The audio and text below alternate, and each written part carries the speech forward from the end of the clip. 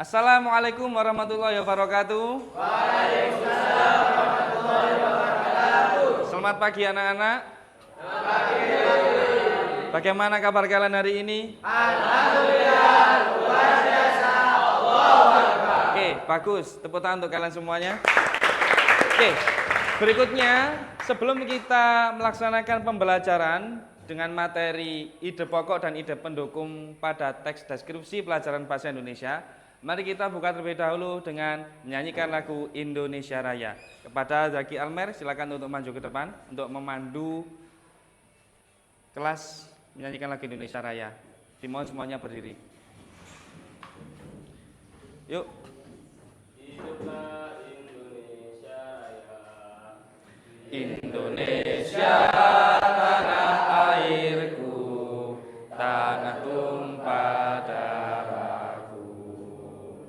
Di sanalah aku berdiri, jadi pandu ibuku. Indonesia kebangsaanku, bangsa dan tanah airku. Marilah kita bersatu, Indonesia bersatu. Hiduplah tanahku, hiduplah negeriku, bangsaku, rakyatku semuanya. Bangunlah jiwanya, bangunlah badannya untuk Indonesia Raya. Indonesia Raya, merdeka, merdeka, tanahku, negeriku yang ku cinta. Indonesia Raya, merdeka, merdeka, hiduplah Indonesia Raya. Indonesia Raya, merdeka, merdeka, tanahku, negeriku yang ku cinta. Indonesia Raya, merdeka, merdeka, hiduplah Indonesia Raya. Seluruh siswa dimohon untuk duduk kembali. Terima kasih Zaki Almer telah memandu kelas untuk menyanyikan lagu Indonesia Raya. Berikutnya saya ingin ketua kelas untuk memandu berdoa bersama sebelum pembelajaran. Silakan ketua kelas. Sebelum kita melakukan pembelajaran, mari kita berdoa. Bismillahirrahmanirrahim. Nawaitu ta'alluma wat ta'lima wat tadakkura wat tadhkira wan naf'a wal intifa'a wal ifadata wal istifadata wal hassa 'ala tamassuki bi kitabillahi wa sunnati rasulih wad du'a ilal huda wad dalalata 'alal khairi ibtigha'a wajhillahi wa mardatihi wa qurbihi wa sawabi subhanahu wa ta'ala. Baik, alhamdulillah kita telah melaksanakan doa bersama. Berikutnya saya ingin mengabsen terlebih dahulu kehadiran siswa-siswa seluruhnya kelas 9A. Atskan Muhammad Kaisan Ar-Rahid, Agensi Surya Pranata. Oke, izin. Ahmad Zaki Almer. Oke. Ahmad Fadil Al-Latif. Oke. Jalaluddin Rumi. Oke. Muzaki. Ahza Zafir. Oke. Aufa Ramadan. Oke. Azam Rizkuwo. Askasyano. Oke. Bihu Bila Salman. Zaki Abdul Hafiz. Lomba. Fahri Ahmad Alfiaro. Lomba juga. Hawari Ahmad Wisanggeni. Oke. Hazel Fulfian. Sakit. Sakit apa ini anaknya? Cacar air. Cacar air. Sudah berapa hari? Sudah hampir 2 minggu. Oh, hampir 2 minggu. Kalian tidak ingin menjenguk sebagai rasa kemanusiaan pertemanan? Nanti siang. Oke. Bersama-sama wali kelas ya? Oke, siap. Hisyam Ahmad Mubarok. Lomba juga. Nizam Maulana, Husni Mubarak, Abdullah, lomba juga. Banyak yang lomba ya. Ali Hanafiyah, oke. Azam Amrullah, sakit apa ini? Kakinya terkilir, Pak. Oh, kakinya terkilir, pas apa? Habis main sepak bola Kapan itu? kemarin malam. Walah. Surat isinya sudah ya? Kampus. Sudah, siap. Fakhrul Wujud, Kenzi Kayana Ramadan, oke. Nailul Autor Bayi Haki, oke. Muhammad Rizky Pratama, lomba lagi. Gozi Sabilillah, oke. Gozi.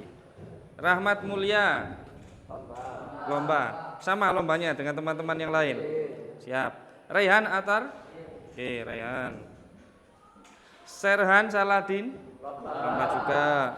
Sultan Hidayatullah, oke. Safir Faril, oke.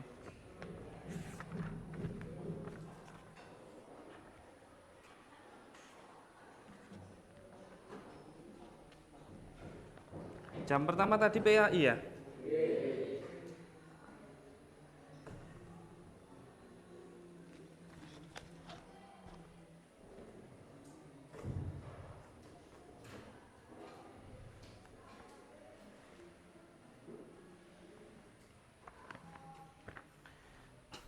Oke, sudah saya absen semuanya anak-anak. Berikutnya, seperti yang tadi saya sampaikan, saya akan memberikan materi tentang teks deskripsi yang lebih spesifik pada pemaparan materi ide pokok dan ide pendukung.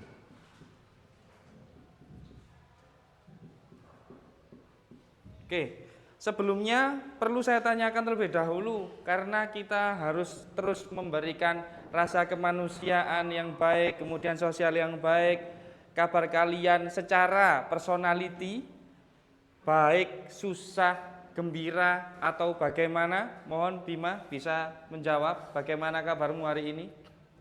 Lemes, Pak. Lemes, kenapa kok lemes? Puasa, keren sekali. Rumi, bagaimana kabarmu hari ini Rumi? Senang, tapi nggak menunjukkan wajah senang. Apa kamu memang benar-benar senang? Kenapa kok senang? Oh, ingin belajar. Oke, semuanya ingin belajar. Tepuk tangan untuk Rumi. Keren. Baik anak-anak, penting bagi kita untuk menumbuhkan rasa empati terhadap sesama teman di kelas ini. Seperti yang tadi saya sampaikan, ada anak yang tidak masuk karena sakit cacar air, Hazel namanya ya. Itu kita harus merasa iba, kita harus merasa peduli. Bagaimana respon empati dari rasa peduli itu? Ya kita harus menjenguknya ke rumahnya, menanyakan kabarnya, bagaimana perkembangannya. Kemudian kita juga memberikan hadiah, itu salah satu bentuk responsif dari rasa empatinya kita. Karena empati itu lebih tinggi daripada simpati. Kalau simpati cukup dengan kata-kata saja, dengan perasaan saja. Aduh, Hazel rek gak masuk hari ini. Wah, saya sangat ngeman sekali karena besok ada materi yang sangat bagus sekali di bahasa Indonesia. Tapi nggak melakukan apa-apa, cukup hanya perasaan, itu namanya simpati. Tapi kalau empati itu sudah mengalami tahap simpati. Kasihan Hazel sakit. Saya ke rumahnya aja untuk menyenangkan hatinya. Saya akan bawa coklat, saya akan bawa es, saya akan bawa apapun yang dia sukai karena dia teman saya. Ketika kalian melangkahkan kaki dari rumah atau dari tempat kalian menuju ke rumahnya Hazel serta membawa barang-barang yang disukai Hazel untuk menyenangkan hatinya Hazel agar tidak susah, itu namanya empati. Ada yang bisa memberikan contoh empati yang lain lagi anak-anak? Ada? Silakan Muzaki. Seperti menyumbang. Menyumbang apa itu? Sekarang sedang ramai Israel melawan Palestina. Iya. Kita kan tidak mungkin datang ke sana. Iya. Mungkin kita bisa berempati dengan membantu menyumbangkan makanan atau dana untuk mereka di sana agar tidak kelaparan. Oh iya. wujud empatinya adalah memberikan sumbangsih berupa uang atau sembako ya, untuk dikirimkan ke sana agar di sana tidak merasakan kelaparan ya. Karena kita kan alhamdulillahnya di Indonesia tidak pernah merasakan kelaparan ya. Ya sekarang lapar karena kalian puasa mungkin ya. Seperti Bima tadi puasa, keren itu. Semuanya puasa apa enggak? Puasa, malah keren itu ya. Oke, baik. Kemudian seperti yang tadi saya sampaikan di awal, kita akan mulai memahami atau mengenali bagian dari teks deskripsi yang tidak bisa dipisahkan, yakni ide pokok dan ide pendukung. Perlu diketahui anak-anak, ide pokok ini sama saja dengan kalimat utama. Sama saja dengan kalimat utama. Ide pokok sering muncul di awal paragraf.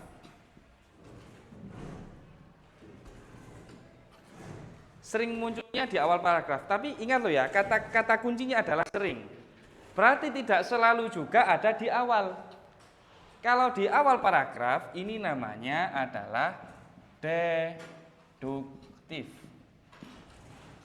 Kalau di akhir, kalian menemukan di akhir, maka namanya adalah induktif. Kalau ternyata loh Pak, saya menemukan ada banyak Pak, ada 2 ide pokok dalam satu paragraf itu. Berarti apakah mustahil Pak, kalau misalkan ide pokok dalam satu paragraf itu lebih dari 1? Tidak mustahil.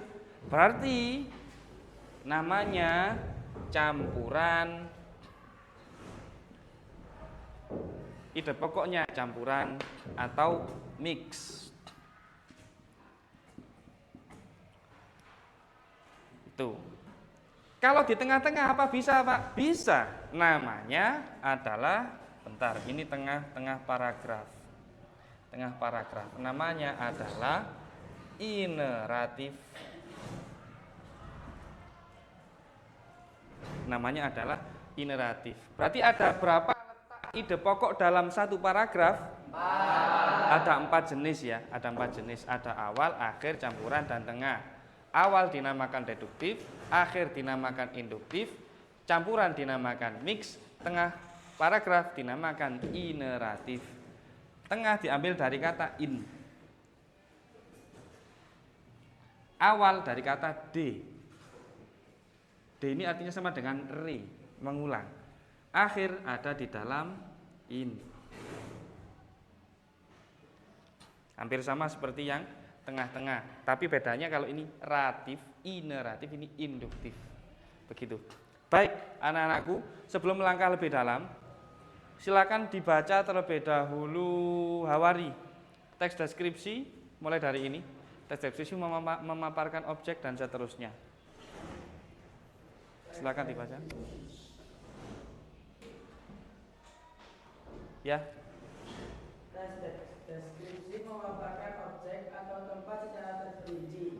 Berisi pemaparan atau penggambaran yang detail sehingga seolah-olah pembaca dapat membayangkan objek atau tempat yang digambarkan dalam teks tersebut. Oke, cukup. Ini adalah materi teks deskripsi kelas berapa? Masih ingat?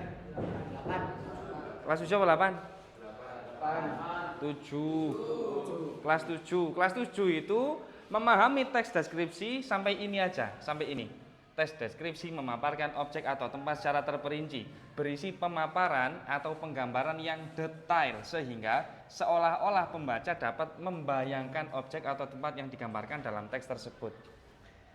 Kalau nggak salah, dulu kalian saya beri tugas untuk silakan kalian mendeskripsikan rumah kalian, silakan kalian mendeskripsikan kelas kalian. Silakan kalian mendeskripsikan sekolah Darul Fakih atau pondok Darul Fakih ini secara terperinci. Berarti menggunakan unsur visualisasi. Yang titik beratnya ada di pandangan mata kalian.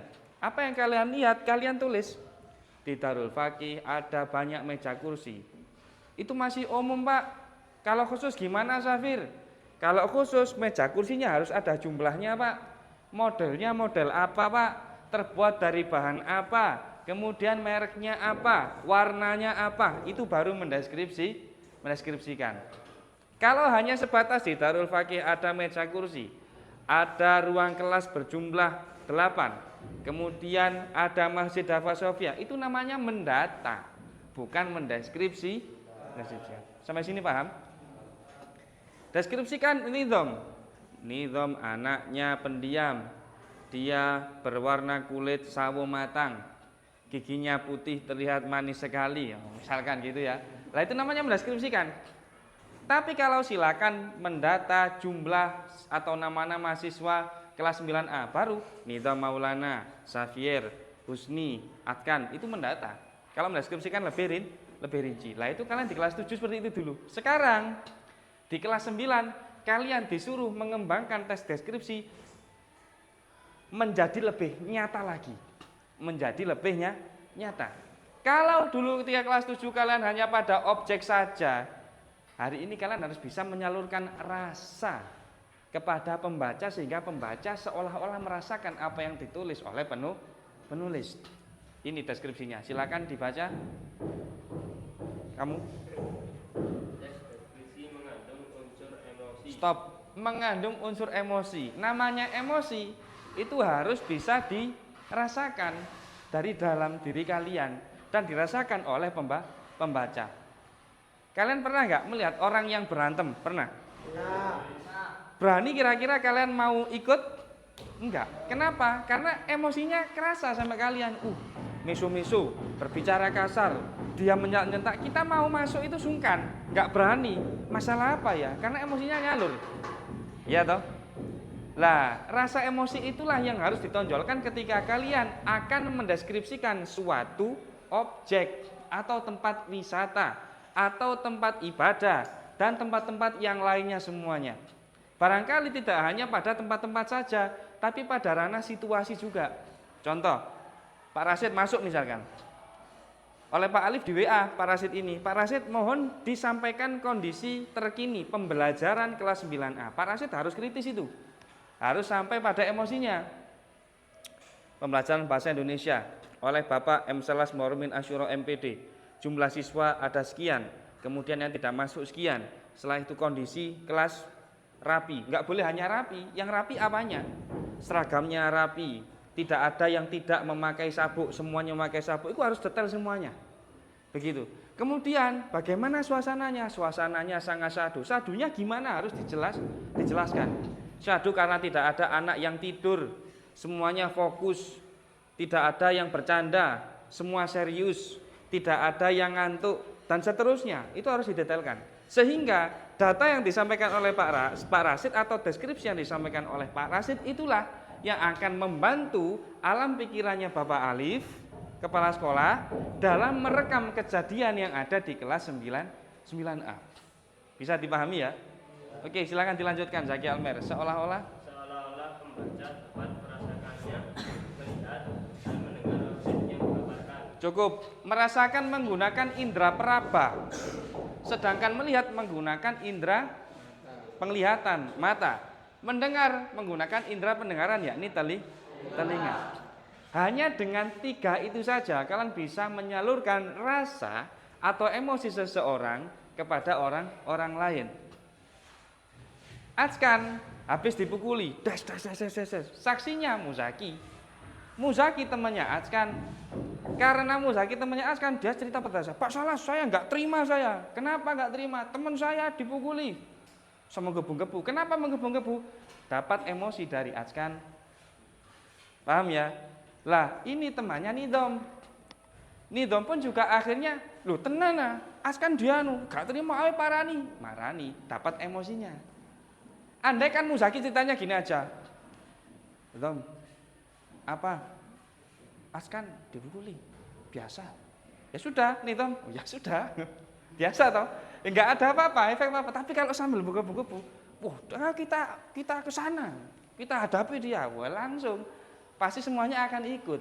Itu namanya emosi, perasa. Lah kalian kalau deskripsikan harus seperti itu nantinya. Bisa dipahami ya? Lah nanti di bacaan yang akan menjadi tugas kalian, nanti banyak sekali kalimat yang diulang-ulang hanya untuk menumbuhkan emosi pembacanya. Nanti kita teliti bersama. Lanjut tujuannya. Tujuannya adalah merincikan dan menggambarkan objek dari sudut pandang penulis agar pembaca ikut terlibat dalam peristiwa dan perasaan yang dialami penulis. Oke, kata kuncinya adalah menggambarkan objek dari sudut pandang penulis. Seorang pembaca tidak pernah tahu anak-anak bagaimana keadaan sebenar-benarnya yang ada di lapangan, itu nggak akan tahu. Dia akan tahu dari emosi yang disampaikan melalui kalimat kepada seorang pembacanya. Andaikan Atskan tadi dipukuli, contohnya ya, kemudian Muzaki cerita, Muzaki seorang nidom nggak akan pernah tahu latar tempatnya di mana. Terus di sekelilingnya Atskan itu ada apa saja, tidak akan tahu kalau Muzaki tidak bercerita. Kalau Muzaki bercerita, oh tempatnya di belakang pondok, di dekat sungai, sungainya selebar 5 meter, kemudian ada pohonnya dan seterusnya. Ini akan terbantu nih toh. Oh letaknya seperti ini, berarti tersudutkan dia. Terus jauh dari perumahan, otomatis kalau jauh dari perumahan nggak ada yang dengar. Berarti kalau nggak ada yang dengar nggak ada yang melerai. Kalau nggak ada yang melerai berarti dia sudah babak belur. Kan gitu logikanya. Masuk akal nggak? Masuk akal. Lah kalau Muzaki hanya cerita, lu tahu apa? Atskan dipukuli gitu aja. Langsung mulap-mulap nggak tahu tempatnya. Ternyata tempatnya di bawah sungai. Gorong emosi wis bingung. Ya apa caranya ini mau turun ke sungainya? Sedangkan ini curam lu ini, jurang lu ini, gimana ini caranya? Sudah bingung mau menolongi atau mau membalas dendam itu tadi. Halo, El Rumi, bangun, segarkan mata, jangan sampai tidur. Oke? Lanjutkan. Deskripsi juga menuangkan majas untuk menguatkan emosi penulis sehingga tersampaikan pada pembaca. Menukil dari siapa? Astuti tahun 2019 halaman 4. Begitu. Berarti ini semua anak-anak bukan dari tulisannya penulis bukunya, tapi adalah teorinya, pendapatnya Ibu Astuti yang dikeluarkan tahun 2019 di bukunya halaman 4. Bukunya berjudul apa Pak? Nanti ada yang namanya daftar rujukan. Loh, kenapa Pak Salas kok harus ditulis daftar rujukannya? Karena kalau nggak ada daftar rujukannya berarti penulisnya ini plagiasi. Kalau plagiasi berarti dia telah mencuri pendapat orang lain. Itu logis, berarti itu empiris. Kalau di data ya, itu semua seperti ketika kalian di pondok, kalau kalian ngaji fikih, mazhabnya ikut mazhab siapa? Mazhab ini misalnya gitu. Kitabnya apa? Kitabnya ini. Pengarangnya siapa? Pengarangnya ini. Berarti kalian mau tidak mau harus persis mengutarakan kalimat seperti yang diutarakan oleh ulama tersebut. Sepakat? Sepakat. Oke, siap. Sampai sini anak-anak paham ya? Oke, saya lanjutkan pada ide pendukung. Ide pokok ini yang membangun sebuah paragraf, sebuah bahasan pada paragraf. Paragraf kalau nggak ada ide pokoknya nggak menarik anak-anak. Ya hanya sebatas pengantar saja. Dan perlu diingat, ide pokok berada di dalam paragraf. Wujud dari ide pokok itu berupa kalimat tidak langsung, bukan kalimat langsung. Kalimat langsung itu yang seperti apa Pak? Percakapan yang diawali oleh tanda petik 2 dan diakhiri petik 2 kemudian tanda titik. Tahu ya? Lah kalian nggak akan menemukan ide pokok di dalam percakapan, nggak akan menemukan. Menemukannya pasti di sebuah kalimat yang utuh dan kalimat itu berbentuk kalimat tidak langsung. Paham? Oke, selanjutkan ide pendukung.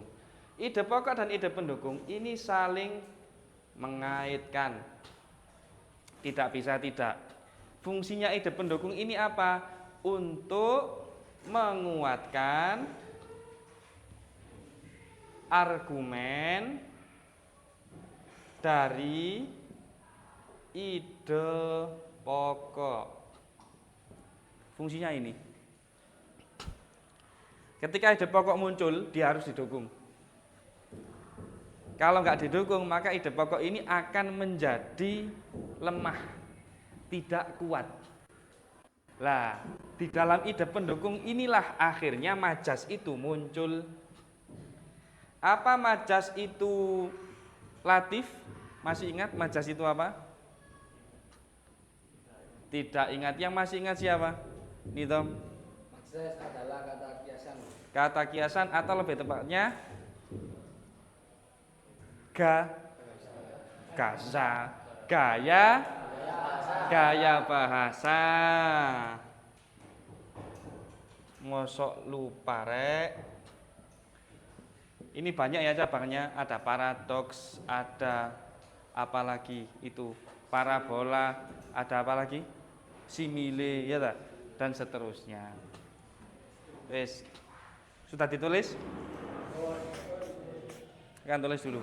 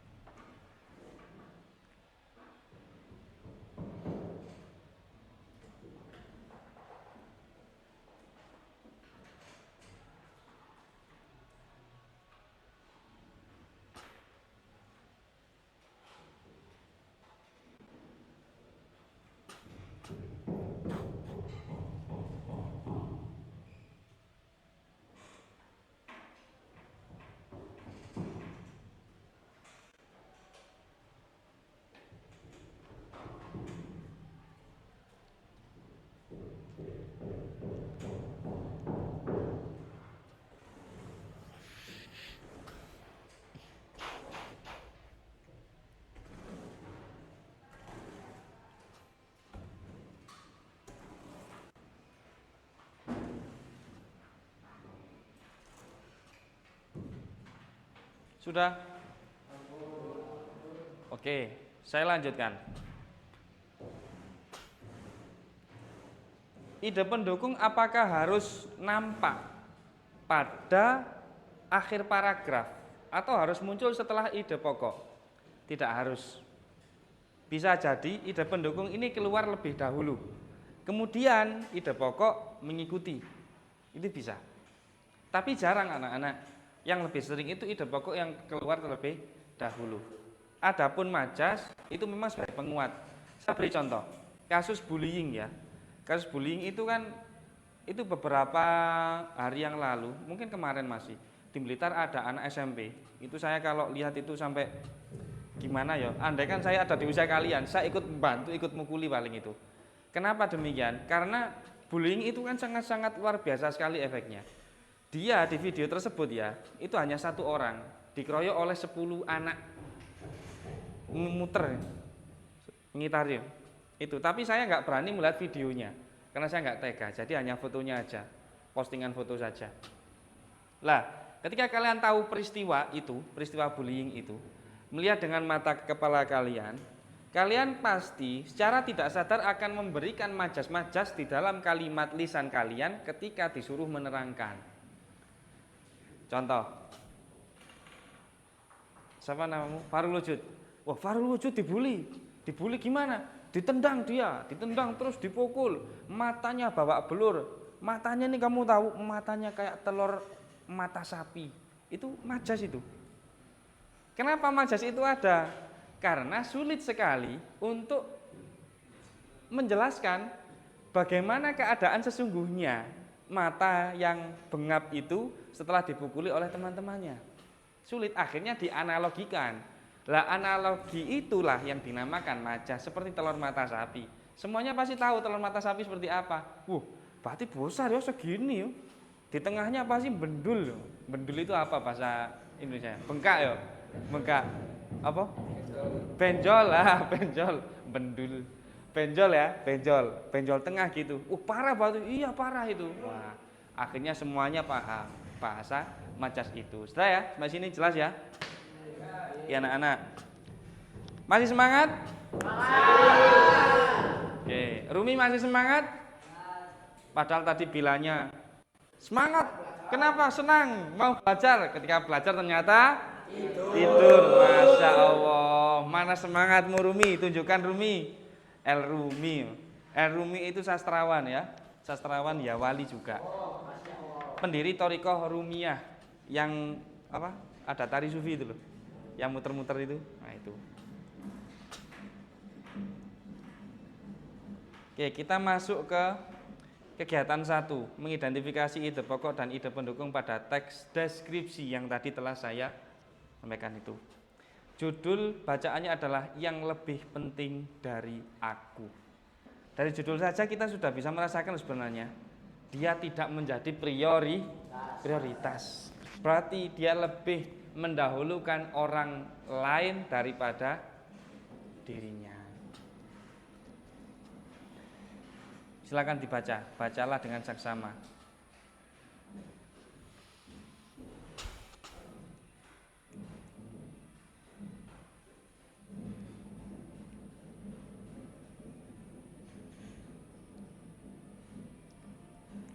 Baca, pahami dan rasakan emosinya.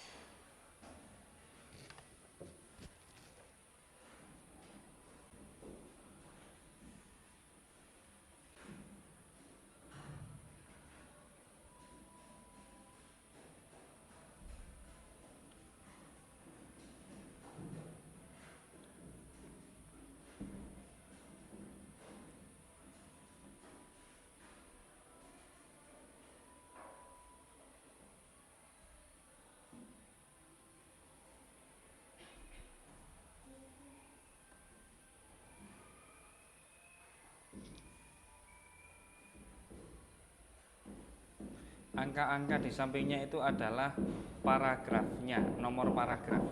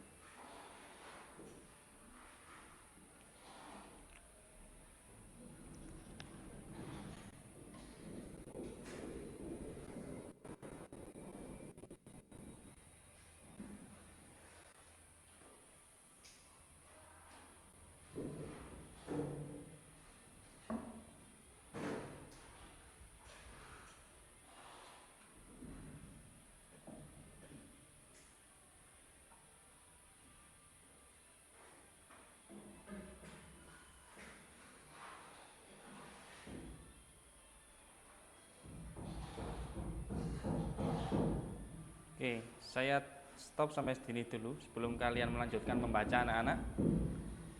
Ini adalah gambar yang tadi saya sampaikan. Ada satu tangan mengepal, kemudian mohon maaf menunjuk ya. Kemudian ada 3 orang yang sedang berbicara. Kalau kalian tadi membaca, berarti kalian jelas tentunya sudah memahami bagaimana konteksnya. Sekarang saya tanya terlebih dahulu sebelum kalian melanjutkan bacaannya. Gimana perasaan ini? Penulis yang disimbolkan tangan menunjuk ini. Silakan Ngacung. Bisa gini, sakit hati. Kenapa kok sakit hati? Digunjingkan oleh saudara-saudaranya. Kira-kira kalian kalau digunjingkan oleh orang lain, bagaimana rasanya anak-anak? Marah. Jengkel apa enggak? Jengkel. Baik apa enggak berarti menggunjing itu? Tidak baik sama sekali. Karena apabila ada orang yang menggunjing, maka dia tentunya, kalau dalam hadis ya, itu seolah-olah seperti makan bangkai saudaranya sendiri. Berarti tidak baik. Tapi kalian masih belum tahu akhir dari cerita ini. Lah, silakan kalian lanjutkan lagi.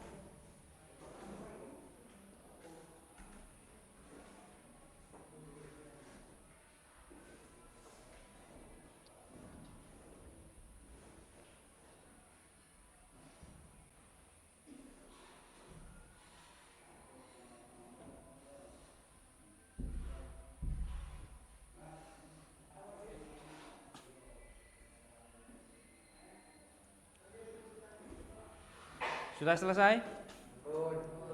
Cerita ditulis oleh siapa? Tahun berapa? Oke. Kita akan, saya tunjukkan lebih dahulu ide pendukung atau majas yang keluar, yang tujuannya untuk menyampaikan emosional pada situasi itu. Ini, amarah mencengkeramku. Aku benar-benar siap meledak. Hanya dengan 2 kalimat ini loh kita sebenarnya sudah bisa mengetahui emosinya dia bagaimana. Bagaimana kira-kira emosinya? Marah.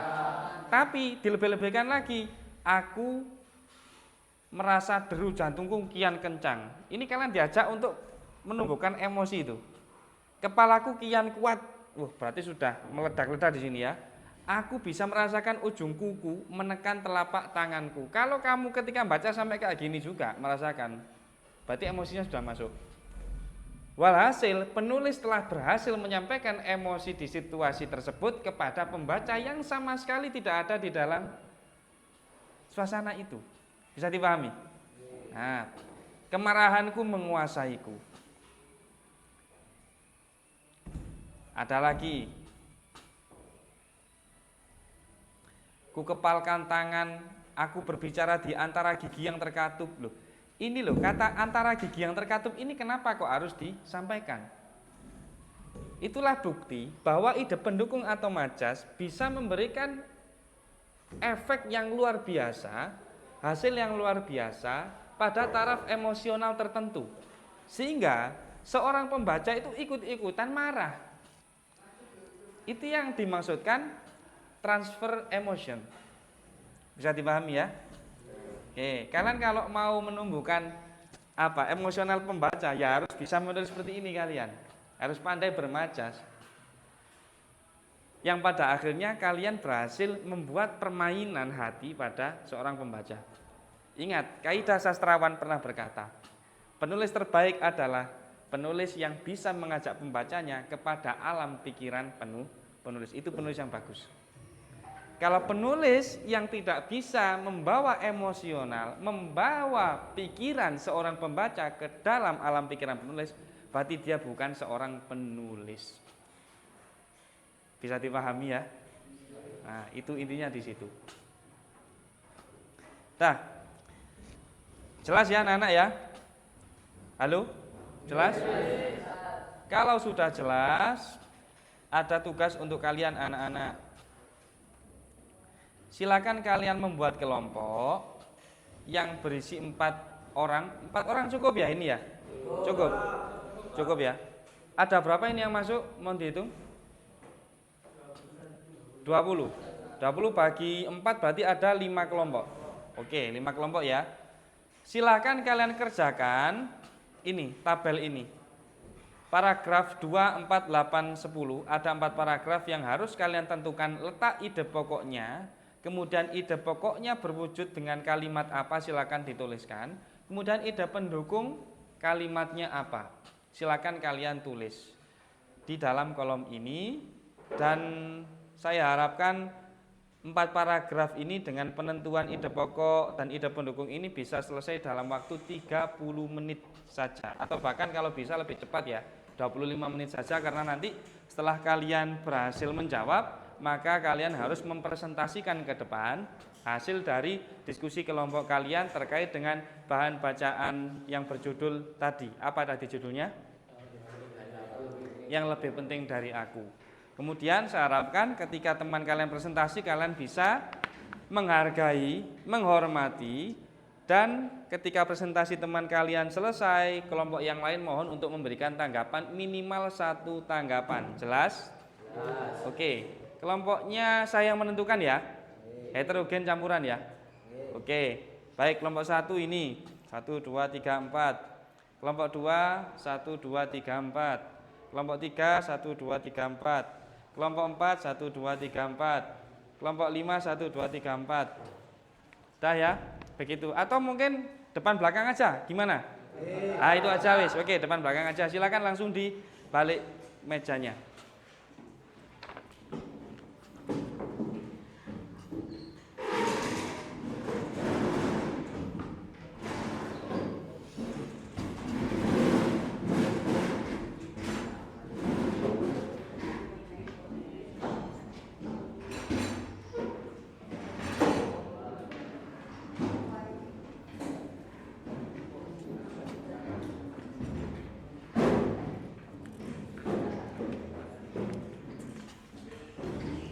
Silakan yang sudah menerima lembar portofolio bisa menuliskan nomor kelompoknya, kemudian anggota kelompok keseluruhan menggunakan nama lengkap, dan membuat kolom seperti yang ada di depan. Diberi jarak yang lebih ke bawah ya, jadi enggak segini, tadi lebih dikebawahkan lagi agar kalimatnya nanti cukup. Dan silakan kalian buat dulu seperti tabel yang di depan. Ingat nomor kelompok, anggota kelompok, silakan tuliskan 1, 2, 3, 4, 5. 1, 2, 3, 4, 5.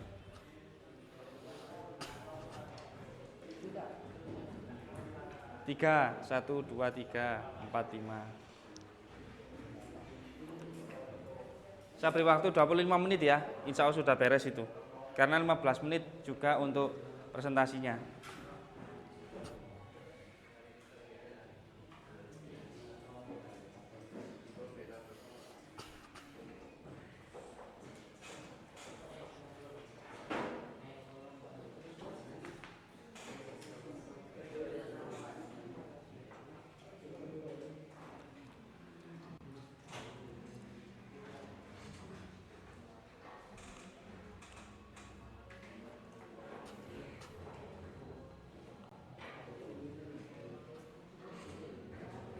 Yuk, agak cepat yuk. Semangat, semangat.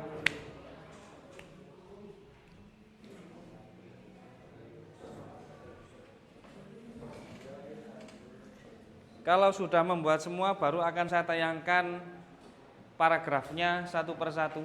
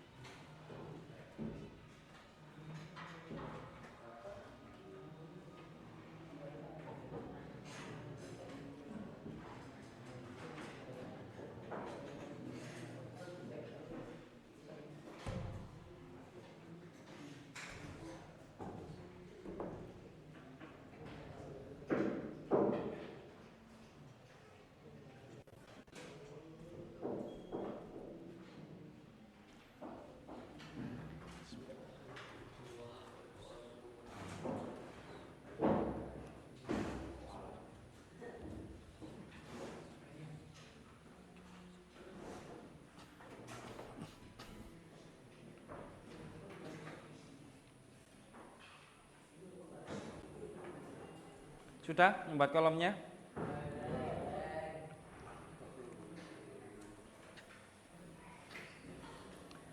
Nanti ide pokok satu saja, ide pendukung satu saja, agar lebih cepat dan efisien. Satu kalimat maksudnya.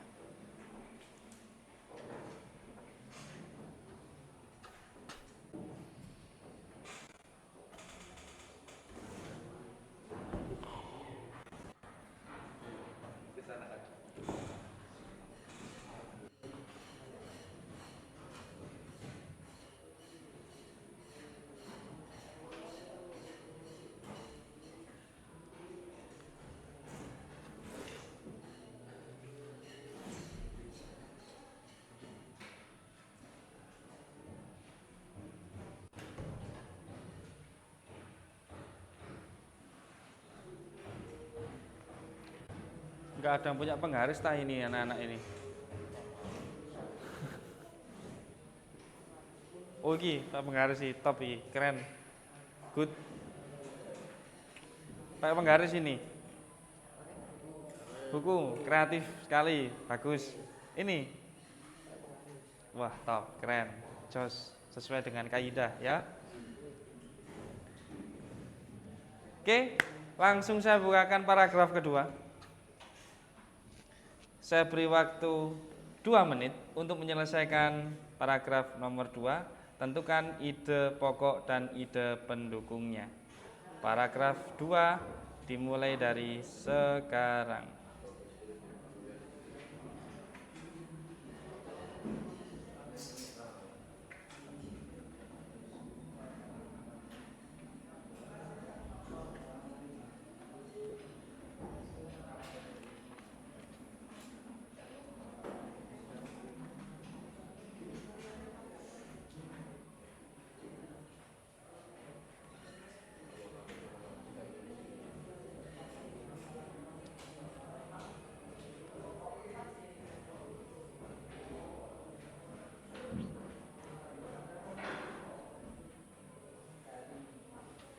Barangkali teman-teman yang lain bisa menghadap ke depan. Yang masih meneruskan tabelnya silakan diteruskan. Bagi tugas. 1 menit berlalu, kurang 1 menit lagi. Kurang 1 menit lagi.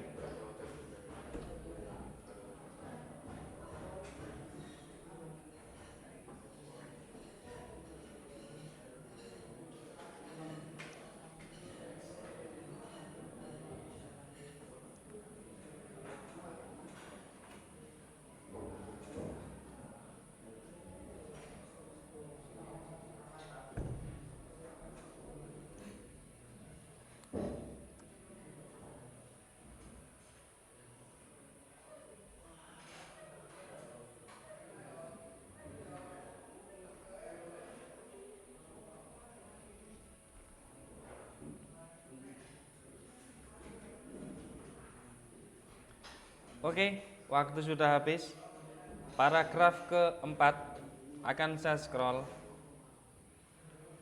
Paragraf keempat, silakan dimulai dari sekarang. 2 menit waktu saya berikan.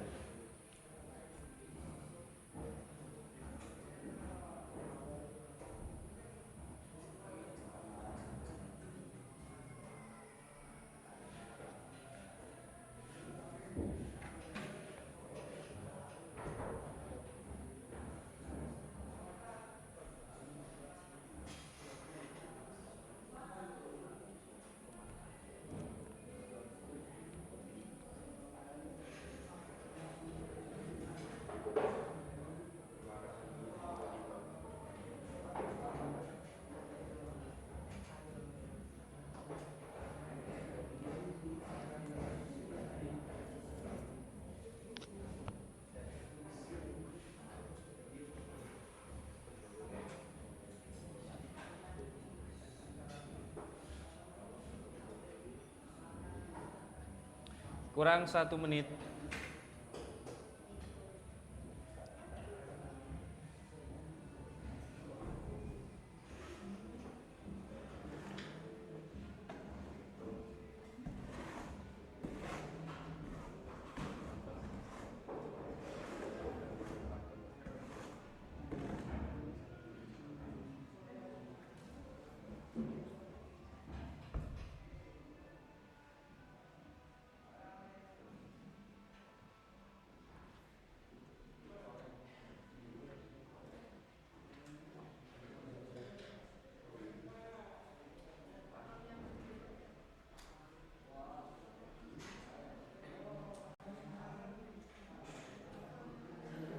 Waktu habis, saya scroll ke paragraf ke-8.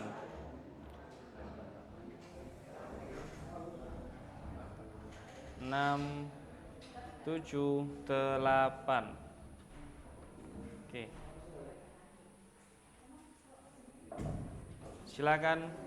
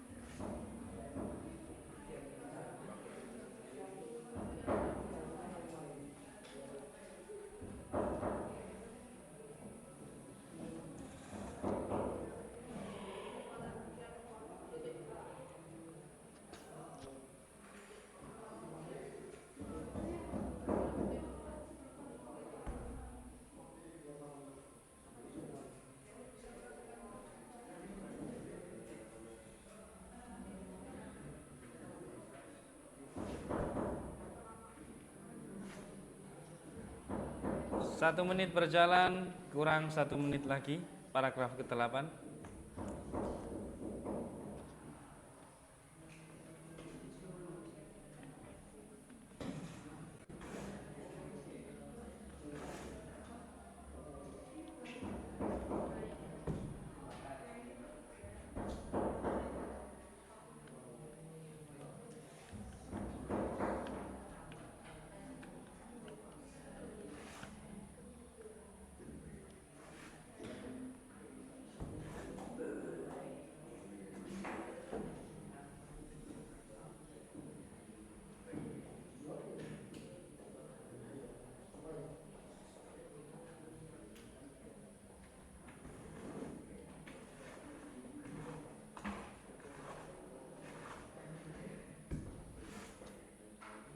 Oke, waktu selesai untuk paragraf 8, saya lanjutkan paragraf ke-10.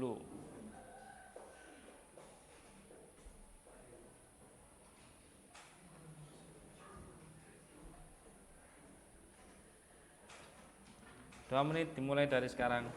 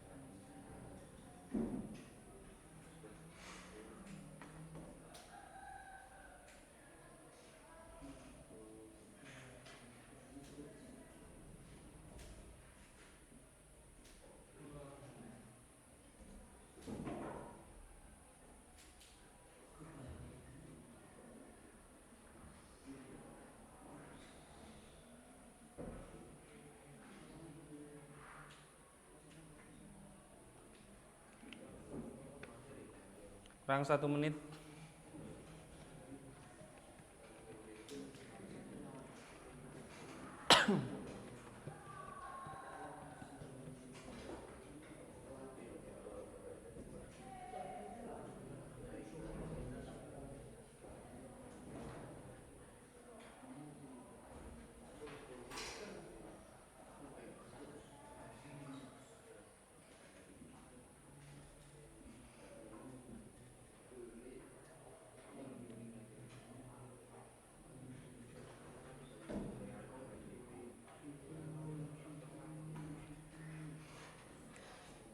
Oke, waktu habis. Silakan kalian lengkapi, saya beri waktu 3 menit. Silakan kalian lengkapi, kalian tulis lagi, kalian cek lagi. Mungkin nama anggota masih belum tertulis. Silakan dilengkapi.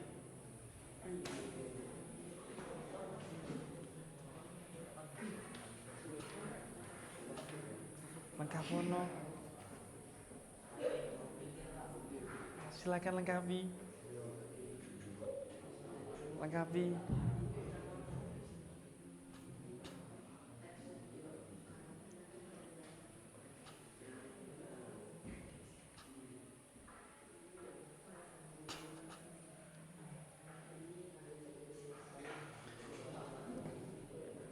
Tapi sudah dijawab kan ya?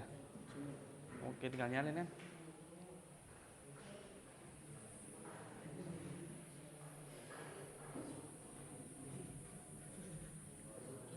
Sudah jawab kan tapi ya? Sip, tinggal disalin. 3 menit saya beri waktu agak cepat. Kemudian nanti waktu presentasi saya beri satu kelompok 5 menit maksimal. Nah, silakan dilengkapi terlebih dahulu.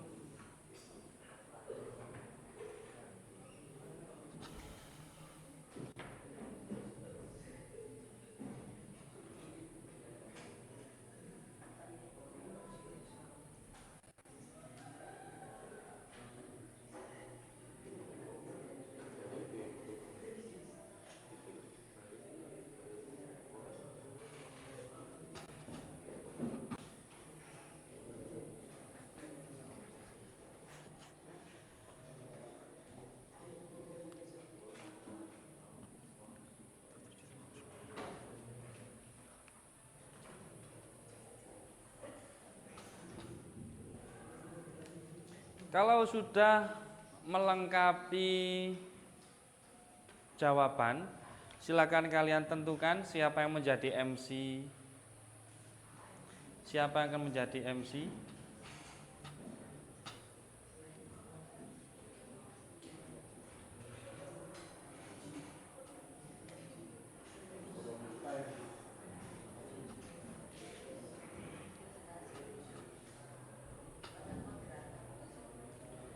Oke, mungkin karena terbatasnya waktu, saya hanya meminta satu kelompok saja yang presentasi.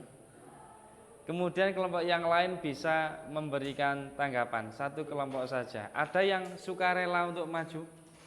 Oke, silakan kelompoknya Muzaki.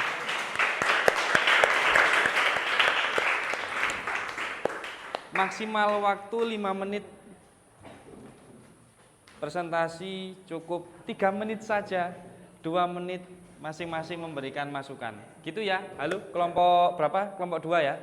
Kelompok 2, kalian presentasi 3 menit, 2 menit untuk masukan dari masing-masing kelompok. Siapkan masukan terbaik dari masing-masing kelompok. Dimulai. Assalamualaikum warahmatullahi wabarakatuh. Waalaikumsalam. Kami dari kelompok 2 akan mempresentasikan tentang hasil diskusi dari kelompok kami. Baik, untuk menyingkat waktu, langsung saja. Pertama-tama dari paragraf 2. Dari pendapat kami, letak ide pokok berada di awal, yang disebut sebagai deduktif. Nah, apa kalimatnya? Yaitu ada di awal-awal. Aku benar-benar tidak ingin di sini. Nah, pendukungnya apa? Salah satu yang kami ambil adalah wajah-wajah gundah dan lelah membuatku tambah lemas. Kemudian di situ diterangkan bertanya, kapan ini berakhir? Nah, itu yang menjadikan kami menunjuk bahwa pada paragraf ini letaknya itu ada di awal kalimat atau deduktif. Kemudian selanjutnya ada di paragraf 4. Letak ide pokoknya biasanya disebut iteratif atau yang artinya di tengah. Ide pokoknya yaitu kemarahan tiba-tiba memenuhi dadaku. Kemudian ide pendukungnya yaitu seenaknya saja menggunjingkan orang yang ada di depannya. Baik, untuk paragraf ke-8 menurut kami berada di awal lagi, yaitu deduktif. Yang mana kalimatnya amarah mencengkramku. Serta pendukungnya yaitu aku merasa deru jantungku kian kencang. Kemudian kepalaku kian kuat dan ada lagi nanti tadi. Dan untuk yang terakhir di paragraf 10 letak ide pokoknya induktif atau berada di akhir. Yang mana kalimatnya seruan syukur berdengung memenuhi ruangan. Pendukungnya yaitu kami ambil 2. Yang pertama, sebagian menangis karena terkejut sekaligus gembira. Yang kedua, ayahku bangkit dan mengusap matanya berkali-kali. Selanjutnya adalah sesi tanya jawab.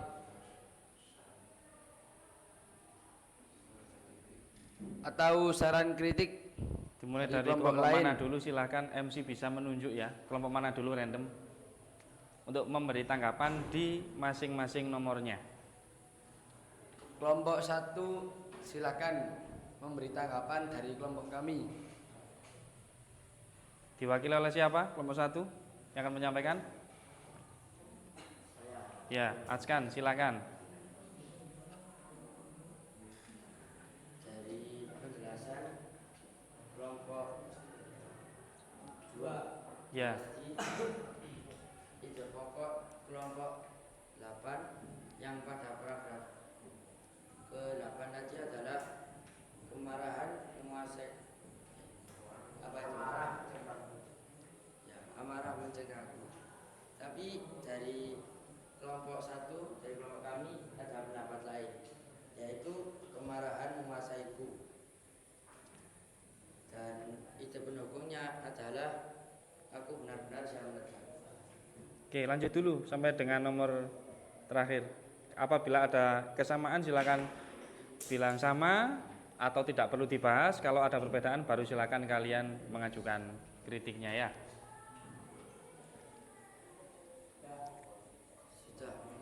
Itu aja. Ditanggapi, silakan. Lanjut selanjutnya Ditanggapi dulu oleh kelompok. Menguatkan argumen atau lebih membenarkan dari kelompok satu. Kami bermusyawarah terlebih dahulu.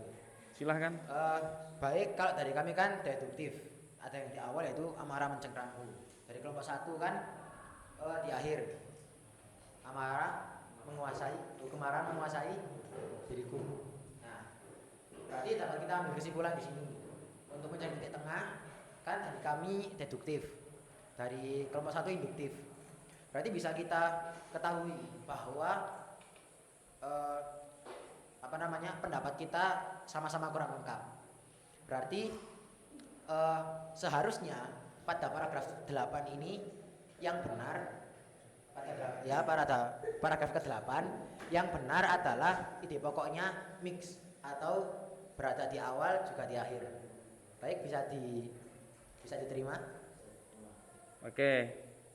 Lanjut kelompok mana? Silakan. Oke, selanjutnya kita akan mendengarkan dari kelompok 3. Oke, silakan. Diwakili oleh siapa? Awari. Oke. Perkenalkan, saya perwakilan dari kelompok 3. Saya mau tanya, kalau yang di paragraf 10 itu kami ambil ide pokoknya itu dari ayahku bangkit dan mengusap matanya berkali-kali. Para dan tante tersenyum lega dan segera sibuk mengabarkan kebahagiaan itu. Nah, yang ide pendukungnya menggunakan seruan syukur berdengung memenuhi ruangan. Nah, dari kelompok kami tadi sempat bingung yang paragraf ke-10. Saya mohon minta kejelasan biar lebih tahu yang paragraf 10. Terima kasih. Silakan langsung tanggapi. Bersingkat waktu. Baik, kalau menurut kami yang dari kelompok 3 sampaikan itu semua merupakan pendukung dari ide pokoknya.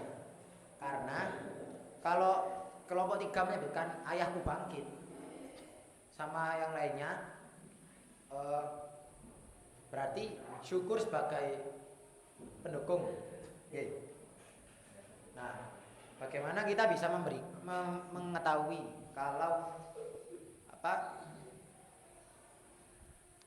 kalau ayahku bangkit sebagai ide pokok, sedangkan kita tidak tahu kalau dia itu sedang bersyukur atau malah bersedih.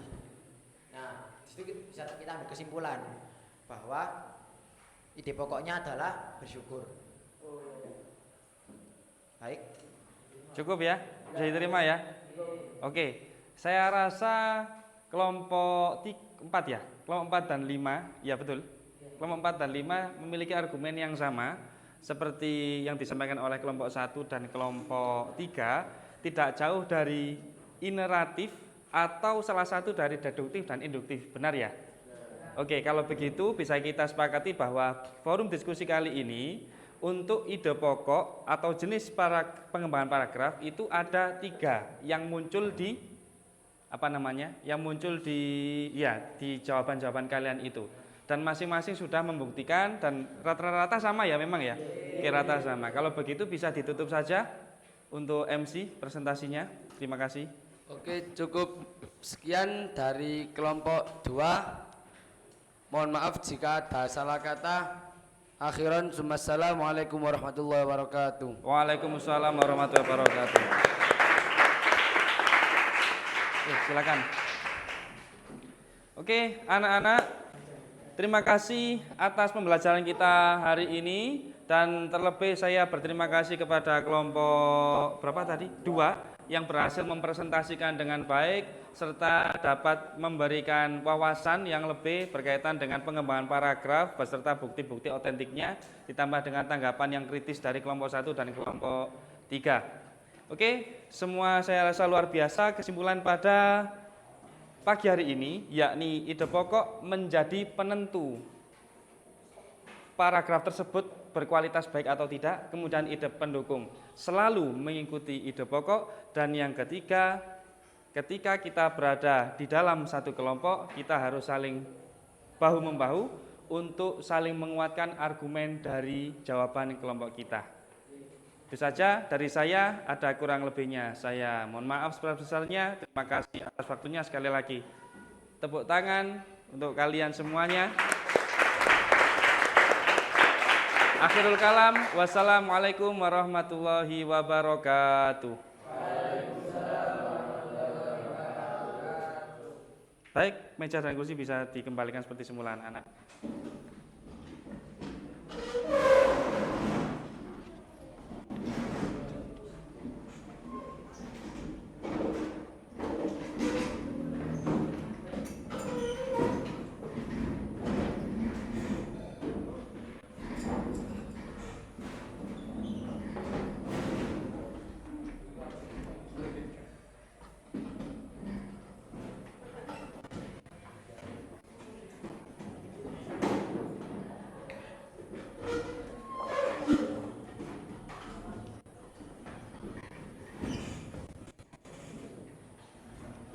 Oke, dikembalikan dulu anak-anak.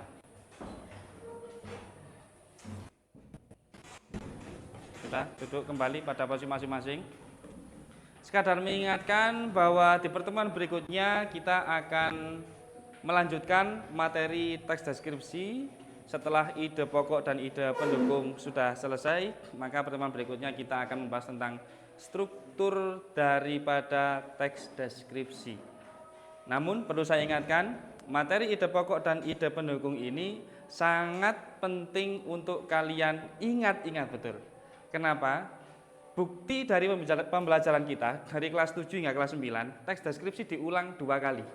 Di kelas 7 dan kelas 9. Maka saya tegaskan sekali lagi, karena kurikulum kita sudah menekankan 2 kali pengulangan untuk mata pelajaran bahasa Indonesia khususnya materi teks deskripsi, maka teks deskripsi tidak boleh dianggap remeh. Kalau kelas 7 kita belajar tentang bagaimana mendeskripsikan objek, hari ini di kelas 9 pertemuan kedua ini kalian diajarkan untuk bagaimana merespon, bagaimana mentransferkan tulisan kalian terhadap kondisi yang kalian alami kepada pembaca sesuai dengan alam pikirannya penulis. Sampai sini bisa dipahami?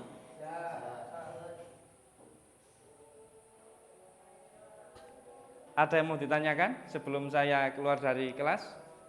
Silakan, Uzaki. Kita misalkan ingin membuat sebuah karya Ya. dari sebuah tulisan, apakah kita harus menuliskan ide pokok dan ide pendukung itu secara jelas?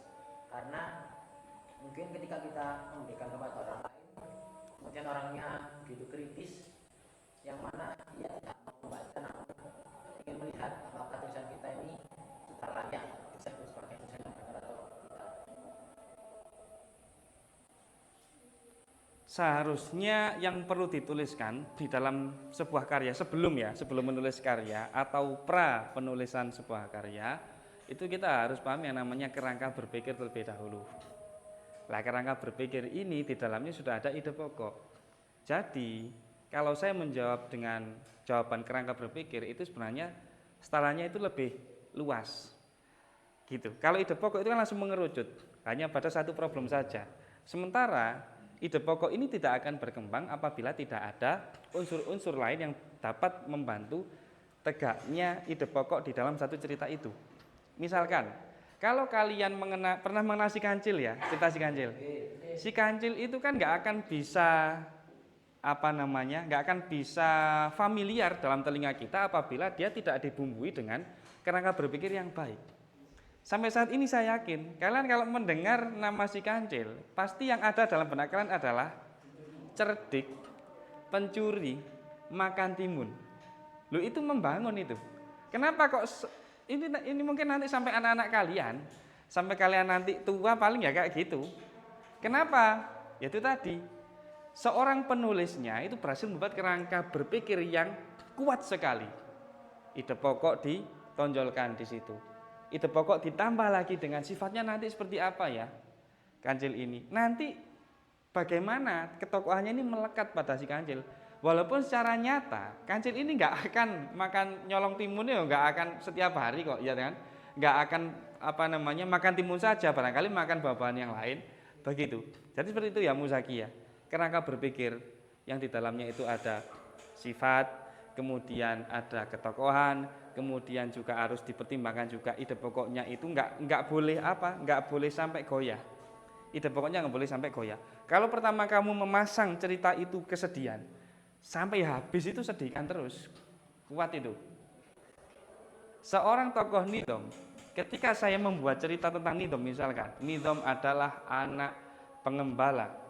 Anak pengembala itu di mana-mana nggak ada yang framingnya kaya raya itu nggak ada, ya apa enggak? Nggak ada. Itu sampai habis, ya akan saya tuntaskan itu. Anak pengembala yang tidak punya apa-apa, kemudian punya prestasi, dan dia terlahir hidup sederhana, dia nggak akan lupa dengan masa lalunya, sudah itu kuat betul itu sudah. Ketika saya tanya kalian, ketika kalian sudah membaca bacaan yang saya ciptakan, bagaimana Nidom pada cerita tersebut? Kalian langsung menjawab, Nidom adalah anak seperti ini. Nggak akan berganti ketokohan, nggak akan berganti sifat di dalamnya. Tapi kalau sudah berganti sifat, nggak menarik cerita wis, pasti nggak menarik. Tapi akhir-akhir ini anak-anak, akhir-akhir ini ada sebuah drama yang di situ tokohnya punya dua sifat yang berbeda yang dimiliki oleh tokohnya. Dua sifat ini saya lupa istilah namanya saya lupa ya. Tapi ketika pagi sampai siang pagi sampai dengan sore dia akan menjadi orang yang baik, ketika malam dia akan menjadi orang yang jahat. Beserta dengan tingkah lakunya dan gaya rambutnya, gaya bicaranya itu semua berbeda. Jadi ada dua sifat di dalam dirinya, sifat buruk dan sifat baik. Dan anehnya, ketika pagi hari dia lupa dengan segala tindakan yang dia lakukan pada malam hari, tindak kejahatan yang dilakukan malam hari. Ketika malam hari dia lupa dengan kebaikan yang dilaksanakan pada siang hari. Lah, itu yang keren akhir-akhir ini ya, mungkin bisa menjadi referensi bagi kalian untuk bisa membuat cerita yang baik. Bisa dipahami? Oke, mungkin itu saja dari saya, tambahan dari saya. Apabila ada salah kata dan hal-hal yang kurang berkenan saya mohon maaf. Bisa ditutup dengan doa oleh Zaki Almer.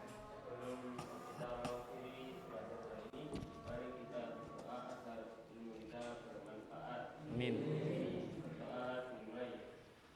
Subhanakallahumma wa bihamdika asyhadu an la ilaha illa anta astaghfiruka wa atubu ilaik. Subhanakallahumma wa bihamdika asyhadu an la ilaha illa anta astaghfiruka wa atubu ilaik. Subhanakallahumma wa bihamdika asyhadu an la ilaha illa anta astaghfiruka wa atubu ilaik. Rabbana taqabbal minna wa qabalna bisirril Fatihah.